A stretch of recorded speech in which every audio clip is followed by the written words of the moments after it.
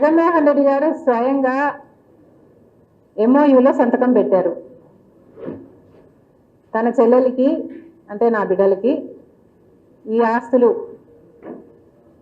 అన్నట్లుగా సంతకం పెట్టారు. ఇంతవరకు కూడా ఒక్క ఆస్తి కూడా నా చేతుల్లో పెట్టలేదు.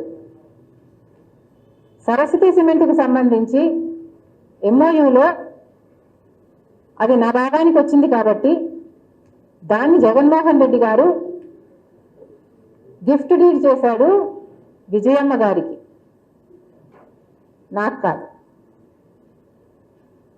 గిఫ్ట్ ఇచ్చేశాక షేర్స్ని ఇప్పుడు జగన్మోహన్ రెడ్డి గారు తల్లి మీదనే కేసు వేసి ఇచ్చిన షేర్లని నాకు మళ్ళీ వెనక్కి కావాలి అని అడుగుతున్నారు.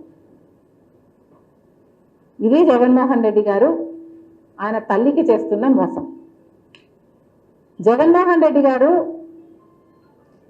నన్ను ఎఫెక్ట్ చేసే స్థాయి దాటిపోయారు. Jagan Reddy does not affect me anymore. నాకు ఆస్తులు ఇస్తాడా ఇవ్వడా అన్నది ఐ డోంట్ కేర్. కాకపోతే జగన్మోహన్ రెడ్డి గారు తల్లి మీద కేసు వేసిన వాడిగా మిగిలిపోతాడు. నా బిడ్డలకి, సొంత మేనల్లుడికి, సొంత మేనగోడలికి ద్రోహం చేసి వాళ్ళ ఆస్తులు ఆక్కున్నవాడిగా మిగిలిపోతాడు.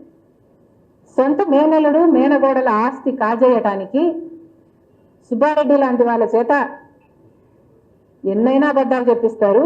సాయిరెడ్డి లాంటి వాళ్ళ చేత కూర్చోబెట్టుకొని ట్యూషన్ ఇచ్చి డిక్టేట్ చేసి మరి ఎన్నైనా అబద్ధాలు చెప్పిస్తారు.